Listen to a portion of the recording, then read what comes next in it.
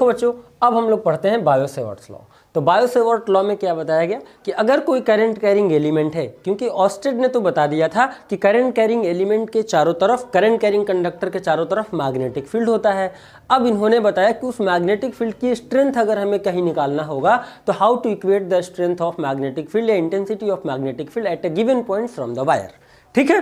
तो बायो-सेवर्ट्स ने बताया कि मान लेते हैं कि ये एक करंट कैरिंग एलिमेंट था, ये एक करंट कैरिंग वायर है, और इस करंट कैरिंग वायर का एक छोटा सा सेगमेंट हमने कंसीडर किया, केवल यहाँ से इतना, देख रहे हो, केवल इस छोटा सा बहुत ही स्मॉल सेगमेंट लिया जिसकी लेंथ हमने क्या ली, dl। ठीक है, ये dl वेक्टर कह सकते हो। ठीक है, लेंथ वेक्टर, इसका एलिमेंट वेक्टर है ये, और इस एलिमेंट वेक्टर से r डिस्टेंस पर, यानी कि ये पोजीशन वेक्टर है, समझ लो वेक्टर r, पॉइंट P है कोई, और इस पॉइंट P पर आपको मैग्नेटिक फील्ड की इंटेंसिटी इक्वेट करनी है। तो how to equate the intensity of magnetic field, तो उन्होंने सबसे पहले बताया, चूंकि ये करंट कैरिंग वायर जो है, करंट कैरिंग वायर का जो ये एलिमेंट है बहुत छोटा है, तो इस छोटे से एलिमेंट की वजह से यहाँ पे जो इंटेंसिटी आएगी वो भी बहुत छोटी आएगी। सीधी सी बात है कि एक बड़ा मैग्नेट लो, उसके किसी मैग्नेटिक सब्सटेंस को खींचने की कैपेसिटी छोटे मैग्नेट के कंपेरिजन में ज़्यादा होगा। तो वायर जब बड़ा है, हम केवल छोटा सा सेगमेंट ले रहे हैं, तो अब ये सी बात है कि इसका स्ट्रेंथ यहाँ पे बहुत छोटा सा ही मिलेगा। तो उन्होंने सबसे पहला बताया कि जो मैग्नेटिक फील्ड पॉइंट P पर हमको मिलेगा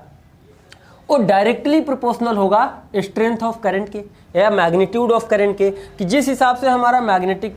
इलेक्ट्रिक करंट हम बढ़ाएंगे, यानी ये इसकी एम्पियर में वैल्यू हम बढ़ाएंगे, तो इस पॉइंट पे मैग्नेटिक फील्ड की स्ट्रेंथ भी ऑटोमेटिकली इंक्रीज करेगा। दूसरा इन्होंने बताया कि जो एलिमेंट वेक्टर dl और वेक्टर r यानी पोजीशन वेक्टर के बीच का जो एंगल है यानी कि थीटा, इसके साइन वैल्यू के डायरेक्टली प्रोपोर्शनल होता है, that is proportional to sine theta. ठीक है, तीसरा इन्होंने बताया कि जो करंट एलिमेंट है इसके लेंथ के भी डायरेक्टली प्रोपोर्शनल होता है। तो करंट एलिमेंट का लेंथ हमने कितना लिया है, dl, तो dl के भी डायरेक्टली प्रोपोर्शनल होता है। चौथी बात इन्होंने बताई कि ये जो डिस्टेंस है, ये जो पोजीशन वेक्टर जो हम वेक्टर r है, इसका जो मैग्नीट्यूड होगा यानी कि r, इसके स्क्वायर के इन्वर्सली प्रोपोर्शनल होता है, स्क्वायर के इन्वर्सली प्रोपोर्शनल होता है। तो अगर हम इन चारों चीज़ों को आपस में क्या कर दें, कनेक्ट कर दें, तो हमारे पास क्या मिलेगा कि dB is proportional to I dl sine theta divided by r square. जब इस प्रोपोर्शनल के साइन को हटाते हैं तो कोई ना कोई कांस्टेंट लिखेंगे, equal to constant I dl sine theta divided by r square. और ये जो अब यहाँ पे k है, इस k की वैल्यू होती है, ये k एक कांस्टेंट है, प्रोपोर्शनल कांस्टेंट है, और इस प्रोपोर्शनल कांस्टेंट की वैल्यू होती है म्यू नॉट अपॉन 4 पाई, और इसका न्यूमेरिक वैल्यू होता है 10 टू द पावर -7। इसका न्यूमेरिक वैल्यू कितना होता है, 10 टू द पावर -7। ठीक है, अब तो हमारा ये dB का फार्मूला क्या बन गया, अब ये dB का फार्मूला बन गया कि dB is equal to mu naught upon 4 pi I dl sine theta divided by r square. ठीक, ये हमारा हो गया मैग्नेटिक एक्सप्रेशन कि किसी करंट कैरिंग एलिमेंट के किसी पर्टिकुलर पॉइंट पे अगर हमको मैग्नेटिक फील्ड निकालना है तो वहाँ पे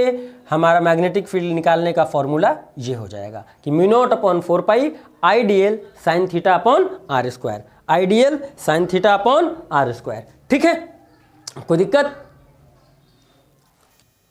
मैग्नेटिक फील्ड, अब इसकी यूनिट जो होती है मैग्नेटिक फील्ड की वो टेस्ला होता है। क्या होता है, टेस्ला। ये जो T लिखा है ये टेस्ला होता है। मैग्नेटिक फील्ड की यूनिट टेस्ला होता है, वेबर भी होता है। ठीक है, अब इसकी जो value I 10 to the power -7, इसका भी यूनिट होता है tesla metre per ampere, tesla metre per ampere, या एक और यूनिट होती है वेबर पर मीटर पर एम्पियर, वेबर पर मीटर पर एम्पियर। अब अगर इस चीज़ को आप वेक्टर फॉर्म में लिखना चाहो कि इसको हम वेक्टर फॉर्म में लिखना चाह रहे हैं, तो वेक्टर फॉर्म में भी आसानी से आप लिख सकते हो कि dB is equal to mu naught upon 4 pi I। देखो अब यहाँ dl और साइन थीटा लिखा है, तो dl और साइन थीटा मतलब साइन थीटा हमारे पास तब आता है कि जब दो वेक्टर क्वांटिटी का हम क्रॉस प्रोडक्ट करते हैं, तब हमारे पास आता है AB sine theta into n cap. ठीक है, एन कैप क्या रिप्रेजेंट करता है, डायरेक्शन रिप्रेजेंट करता है इन दोनों का। और जब दो वेक्टर के बीच में जब हम क्रॉस डॉट प्रोडक्ट करते हैं, कौन सा प्रोडक्ट, डॉट प्रोडक्ट करते हैं, तो हमारे पास केवल आता है AB कॉस थीटा। तो उसी तरीके से जब इसको हमें वेक्टर फॉर्म में लिखना है और यहाँ पे साइन थीटा आ गया तो हम क्या लिख देते हैं, आई हमारा हो गया तो r d l cross r divided by r cube. अब बात है कि ये आर क्यू कहाँ से आ गया, तो देखो इस चीज़ को समझ लेते हैं ऐसे सिंपली, इसको मैं मिटा ही देता हूँ और फिर आपको समझाता हूँ। ठीक है बच्चों, ये फिगर आप लोग बना लेना। देखो सिंपली मैं बताता हूँ ये आया कहाँ से, कि किसी चीज़ को जब हमें वेक्टर फॉर्म में लिखना होता है तो हम क्या करते हैं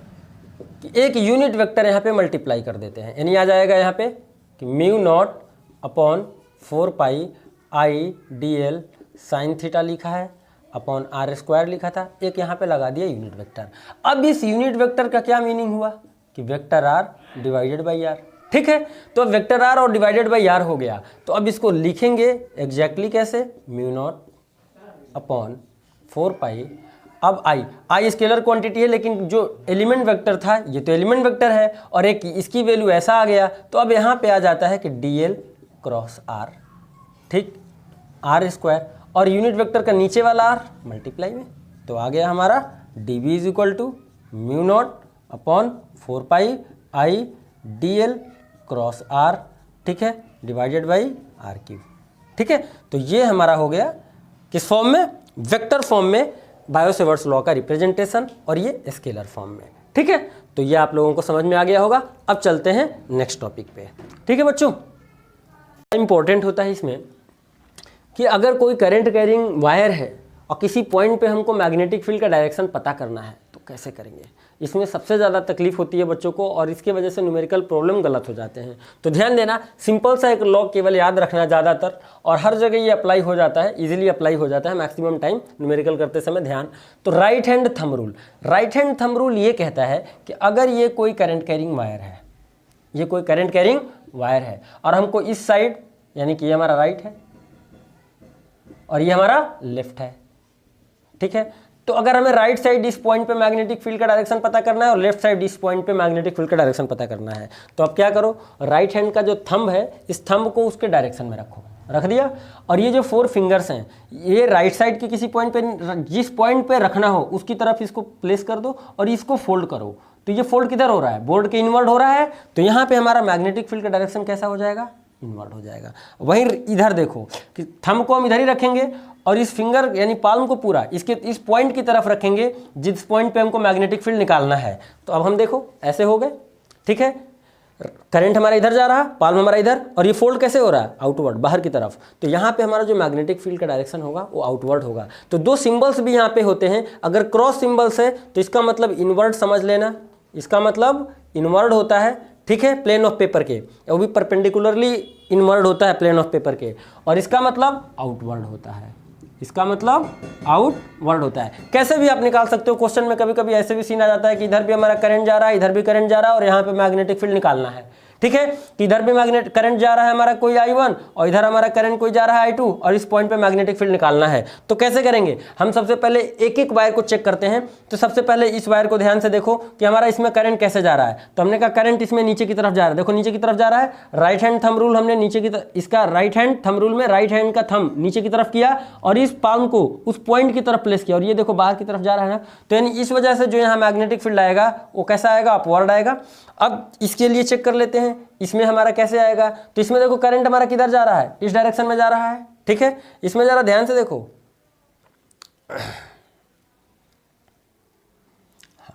ये हमारा बाहर हो गया, और इसमें जरा ध्यान से देखो हमारा राइट करंट इधर जा रहा है तो हम थंब को इस तरफ रखेंगे, ठीक है, इसको करंट इधर जा रहा है तो थंब को उसके डायरेक्शन में रखेंगे और इस पाल्म को उस पॉइंट की तरफ, और ये किधर फोल्ड हो रहा है, नीचे की तरफ। तो एक हमारा यानी इसके लिए मान लो मैग्नेटिक फील्ड B2 है तो B2 हमारा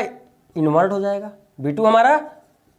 इनवर्ट हो जाएगा और B1 हमारा आउटवर्ड हो जाएगा एक पर्टिकुलर पॉइंट पे। तो अब यहाँ पे अगर नेट मैग्नेटिक फील्ड निकालना होगा तो क्या करेंगे, डिफरेंस के बराबर आएगा, कितना आएगा, डिफरेंस के बराबर आएगा। तो ये बात हमेशा ध्यान रखेंगे कि कभी भी, भाई सीधी सी बात है, यहाँ पे भी हमको समझ में आ गया कि अगर ऊपर करंट जा रहा है और राइट हैंड साइड हमको निकालना है तो इनवर्ड है, तो अगर डायरेक्शन चेंज कर देंगे तो ये आउटवर्ड हो जाएगा। सिमिलरली ये ऊपर जा नहीं रहा था, नीचे जा रहा था, ऊपर के केस में हमारा इनवर्ड है तो डाउनवर्ड के केस में आउटवर्ड हो जाएगा। तो डाउनवर्ड के केस में राइट हैंड साइड है, आउटवर्ड हो जाएगा। और इसके केस में देख लो, ठीक है, भाई ये ऐसे है तो हमने थंब उधर ही रखेंगे, अब फिंगर को जिधर जिस डायरेक्शन में ये 4 फिंगर हमारी कर्ल होती हैं उसी डायरेक्शन में डायरेक्शन ऑफ मैग्नेटिक फील्ड होता है। तो क्वेश्चन करते समय इस बात का बड़ा ध्यान रखेंगे, ठीक है। और कैसा होता है, सर्कुलर होता है, यानी एक तरीके से समझ लो ऐसे होता है, ठीक, कि इधर हमारा डाउनवर्ड और इधर हमारा अपवर्ड। दूसरा इसमें एक चीज ध्यान रखना कि अगर हमारा करंट कैरिंग वायर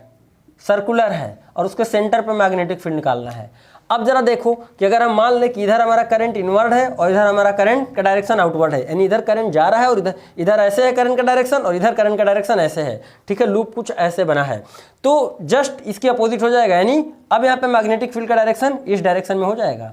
ठीक है। तो ये रूल वाइस वर्सा भी काम करता है कि अगर करंट कैरिंग वायर जो है स्ट्रेट है तो हमारी मैग्नेटिक फील्ड सर्कुलर होती है, और अगर करंट कैरिंग वायर जो है सर्कुलर है तो उस केस में मैग्नेटिक फील्ड जो हो जाएगी वो स्ट्रेट हो जाएगी, ठीक है, और उसके सेंटर पे निकालना होगा, ऐसे निकालेंगे, ठीक। तो ध्यान रखना, अगर इसका डायरेक्शन हम बदल देते हैं कि इधर हम डाउनवर्ड ले करंट और इधर हमारा करंट आउटवर्ड है और इस पर करंट हमारा जा रहा है इस तरीके से, तो अब यहाँ पे जो मैग्नेटिक फील्ड का डायरेक्शन है वो कैसे हो जाएगा, इनवर्ड हो जाएगा,